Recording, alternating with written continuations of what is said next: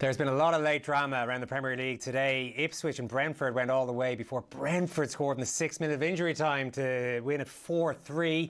Brighton 2-0 up against Wolves. Evan, yeah, you're looking at me, Damien. There's been an update even since the last time we chatted about it. Brighton were 2-0 up against Wolves. Evan Ferguson scored one of the goals, but they conceded two late ones, so that's a draw there. We'll be showing their game against Liverpool next week.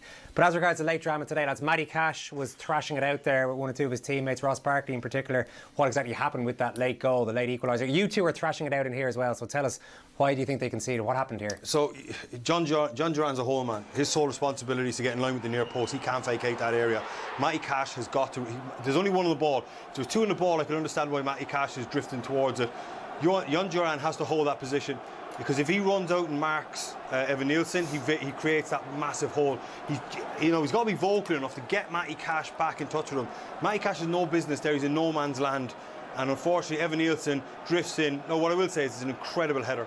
Like, it's outside the width of the goal. Like, to score a header from that distance, glancing it, very, very difficult thing to do. It's a absolutely pinpoint perfect header in the far post. And I think Bournemouth deserved it, in fairness. Yeah, so Damien makes the point about Duran marking space, but space never scored a goal. So he has to sense that the danger's in front of Evanilson. Ross Barkley behind him is in space, actually covering the space. He's got to be pushing Duran across. He's just got to take one big step from me to his right. If he does that, by the time the ball comes in, he's actually competing with Evanilson. It's as simple as that. One big step, and I think he can do that. He's not leaving a man behind him. Barkley's in space behind him. I think he has to assess that situation. Look, he's a forward, he's a centre forward. These things are going to happen, but a natural defender for me senses the danger. Look at it here. Yeah, Damien, you don't agree with this? He's 2 yards away, Duran. If the starting position is one step closer to him, I think he gets in physical contact with him and stops that goal. If he's the whole man and if we get a freeze frame on that just as it's coming in, as Evanilson runs across the front of him, if he takes a step before that corner is taken, or the wide free kick is... Let me finish, Kenny. And he takes the free kick, it goes before the free kick is taken. His job as a whole man, he's now vacating that space. Like, your sole responsibility as a whole man for corners, because that position, when the crosses come in flat into that area, is very, very difficult. If he vacates that and that ball beats him, and that space... There's nobody in that space. Okay. Ross Barkley's in there. 1 second, just last. He doesn't know there's nobody in that space. If he drifts... He should do. His head can swivel. Here it is again, Damien. I just want to go back to Damien. Look at Duran. I'll give you 10 more seconds to finish every point. Look at Duran. Kenny, hang on. Look at Ross Barkley behind him, in space and behind him. He can afford to take one big step to his right here, Duran. Ross Barkley is covering that space in behind. He doesn't need to hold his position inside the near post there. There's no need. He has to recognise that. Take one big step to his right-hand side here, Duran, and he goes and competes with Evanilson. If it goes over his head, look at Ross Barkley. Ross Barkley's in space in behind Damien, him. do you want one more word on that? Yeah, I mean, like, ultimately, if we can get it back on our feet, the job is Matty Cash needs to be brought back in. If John Duran springs out, right, into that space and that ball beats him, you've now created...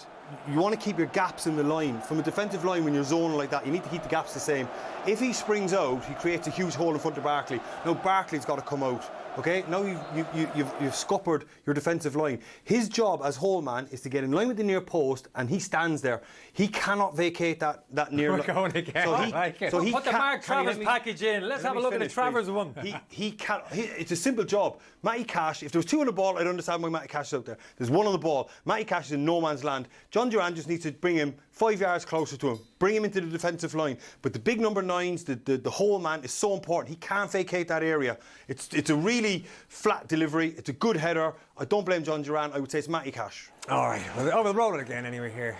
It's a nice finish all the same. Isn't that what we're agreeing on? Evanilson off the bench. All right, we're all agreeing. Hey, high five. Nicely done there. Great. Ross Barkley, you called for Ross Barkley to come on at half-time. You thought it might be for another break. Anyway, he got on, and this is a well-constructed goal for Aston Villa to put them in front.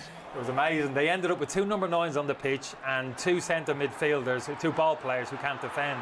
That's how gung-ho they went in the last period of the second half. And he's capable of this, Barkley. Technically, he's very good. Drifts into a forward area of the pitch, similar to Tielemans. Tielemans is very good in this area of the pitch as well. Matson's done really well. Didn't see a lot of this ball dink to the near post. Belly does great because he knows he can score. Oh, and so all he's doing is heading it back into the danger area. And Barkley, just great improvisation there, just kind of directing it inside the far post. Damien? That's a superb header. It's a well-worked goal, and Barkley, in fairness to him, listen, he's superb going forward. Saw it last year at Luton. and the ball just falls kindly for him. It's a good finish. And Villa got 1-0 up, and we thought that was that. Unfortunately not. He probably did. There was a lot of controversy in the game. There were a few different decisions. I'll just go back to the first half to have a look at the Villa one, because I don't know if you do feel this is controversial or not. This is the one that was disallowed. John McGinn took it very well, but it was felt, Kenny, that the ball went all the way over the line in advance. Yeah, this is fair. So close. Like I said, I wouldn't argue with it. You know, I'm not a big fan of VAR. I'd personally go with the referee's decision, but the technology's there. Have a look at it.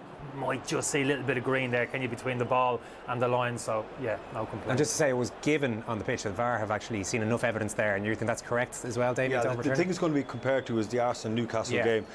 But that camera angle was maybe on the 18-yard line, so there's no definitive evidence, right? I think that's as close to the 18-yard line, if not bang on it, as you're going to get. And as soon as that green appears on the next frame, there you go. I think it's that's close evidence. to the end line. Yeah, that's evidence enough that the whole ball is out over the whole line, not the sphere of the ball. That was the argument. So I think it was the right decision. Fully agree with that. Optical. This is great to have just non-stop consensus today. Yeah. What was the next one to look at? Though there were a couple of ones that Bournemouth wanted in the second half. One was a Semenyo one, but I think you both felt probably that was not a penalty. He was a yellow card. So took a big chance though, Cash. Took a chance. Okay, but this one is more contentious, isn't it? Why is it? How is this not a handball? The Leon Bailey one. I can't understand why this is not given as a handball. His hand is away from his body. His hand clears the ball out for a corner, not by his side. That ticks every box for me as for a handball. And for some reason, the referee didn't even go across to look at it. I'm very surprised. In fact, very, very surprised. I don't think it's a penalty, and I'll tell you why. For me, this rule is kind of simple. I always try and remind myself it's natural body position. So Bailey's going backwards there, and he's actually making an attempt. It's a poor attempt to go and head the ball. But once you try and leave the ground to head the ball, your arm comes away from your body to an extent.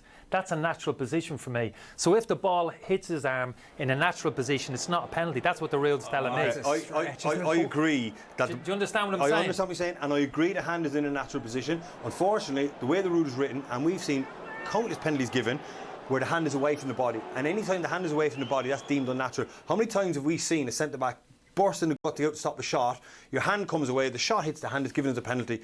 That is a penalty. But if we're saying it's a natural position he's in when he misses the header, you can't give the penalty. You can't have it both ways. No, is that a natural position? I think it's a natural position, but the rules are written. That's not a natural position. Well, I gave you my ex-Twitter account that I mentioned earlier on. This is the official account that they have to explain these decisions in real time. They say the decision not to give the penalty was confirmed by VAR, deeming that his arm was in a justifiable position. So that's the phrase. Okay, so what about when the defender's roaring out to block a shot? I know, yeah. And his hand is 30 degrees away from his body or whatever it might be. Unless it's right by his side, they say that's a natural position. Anything away from the body is unnatural. I don't understand. It feels like they've overcomplicated the whole thing, doesn't it? I don't know why some are given, some aren't. I don't think so. I think I'd argue the opposite. I think they've simplified it. Natural. If the arm's in a natural position, it's no penalty. Yeah, now, in terms of interpretation, I take your point. I've seen that given as not a natural position in loads of other instances. Let's talk about this incident then. Is that a natural position? I think we're all agreed yes. So no penalty. Well, I'm not agreed yes. No. You don't think that's a natural position? Not compared to the ones that they've given many times. Forget about the others. I'm talking about this one here. This is what we're talking about. But you're not. You have to talk about this decision in relation to other decisions that are given. Other bad decisions I'm not interested in. Was the right decision made? Oh God. Okay. Listen, Mark Travers was one that we were having our eye on today. He was in for Kepa, who was injured, and he performed pretty well, I think, Kenny. Yeah, I think so. I was really pleased for him. Generally, all aspects of his game. Maybe a little bit hesitant early on, coming off his line, but generally speaking, the fundamentals, I thought he done really well. Kind of shot stopping, coming and took a few crosses, kicking was fine. Some shots maybe outside the box. The accurate goal kick. I wanted that one included. I just thought it was nicely played. These are saves we would expect him to make. Don't get me wrong, but he made them. Yeah. I think he grew in confidence as the game went on. Again, central header, a save you'd expect him. I spoke about 6-3, 6-4. But he'd be kind of really pleased with himself, particularly going and getting the equalising goal. He'll feel as if he's made a big impact on the game.